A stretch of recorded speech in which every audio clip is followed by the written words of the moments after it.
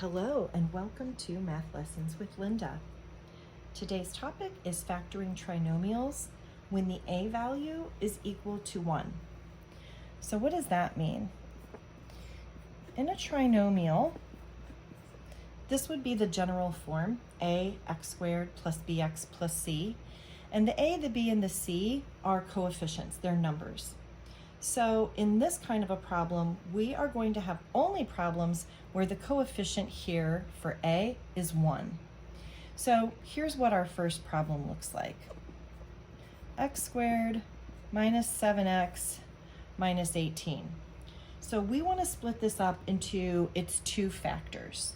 So the method that I use, I'm going to draw an X over here, and I'm going to organize some of the numbers that I need.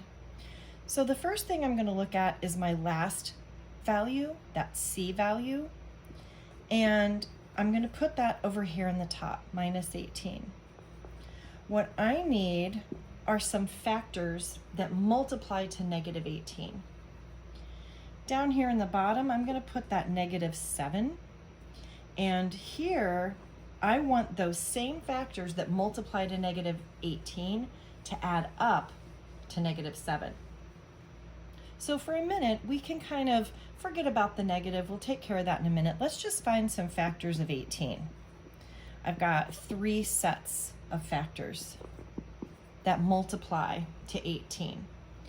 So if I'm not thinking about the negative sign, right, all of these satisfy the 18.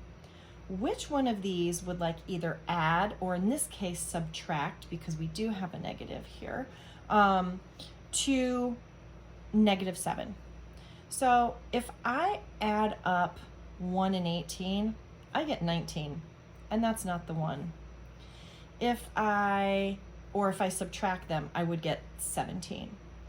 If I add up 9 and 2, I'd get 11, but if I subtract 9 minus 2, that's where I get my 7, right? So I'm thinking this is if I add the 3 and the 6, that's a 9, and if I subtract them, that's a 3, still not this. So I'm feeling pretty confident that I want to choose 9 and 2 for the factors of 18. Now, if I want them to multiply to negative 18, one of these is going to have to be positive and one of them is going to have to be negative. The way that I figure that out is I look at what they have to add to. If I need to add to a negative number, that means that my larger factor has to be the negative. I have to have more negatives left over when I add. So negative 9 plus 2 would give me negative 7.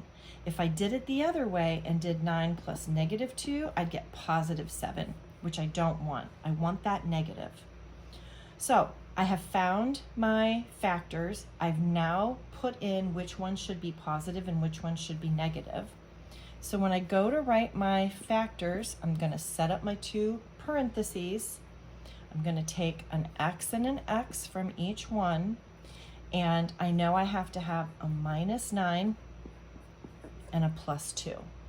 So x minus 9 times x plus 2 is the factored form for my original problem. So let's try one more of those. Again, where a is 1. So I'm going to have x squared minus 8x, but now my last term is a positive, so plus 15.